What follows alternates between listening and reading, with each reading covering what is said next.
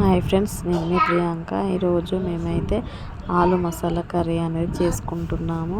ఇంకా చూడండి, ఆలుగడ్డ ఇలా ఉడకబెట్టుకొని కట్ చేసుకున్నాము.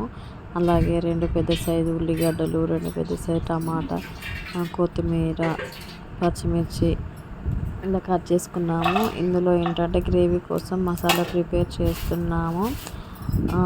ఎండు కొబ్బరి, అలాగే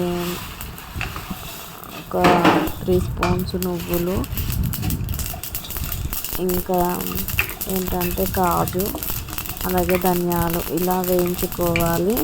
వేయించుకున్న వాటిని పూర్తిగా చల్లారాక మిక్సీ పట్టుకోవాలన్నమాట. ఇంకా ఇదే పెనంలో ఆయిల్ పోసుకొని, ఆయిల్ వేడయ్యాక ఆవాలు, జీలకర్ర, ఉల్లిగడ్డలు,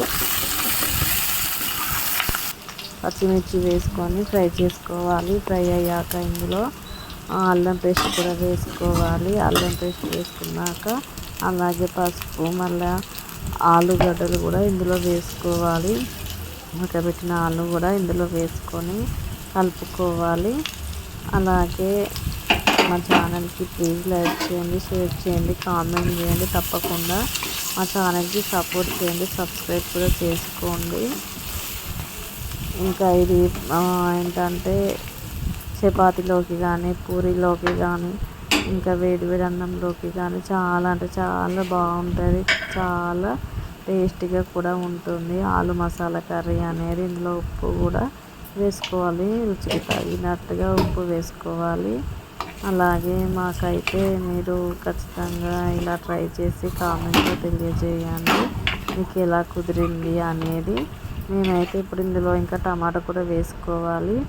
ఇందులో టమాటా వేసుకున్నాక కొంచెము టమాటా మగ్గాక, ఆయిల్లో మగ్గాక ఇలా కారం అనేది కూడా వేసుకోవాలి. మనం డైరెక్ట్ కూడా ఉడకబెట్టుకోకుండా ఆలుగడ్డ ఏంటంటే కట్ చేసుకొని మనము ఆ గ్రేవీలో ఉడకబెట్టుకోవచ్చు.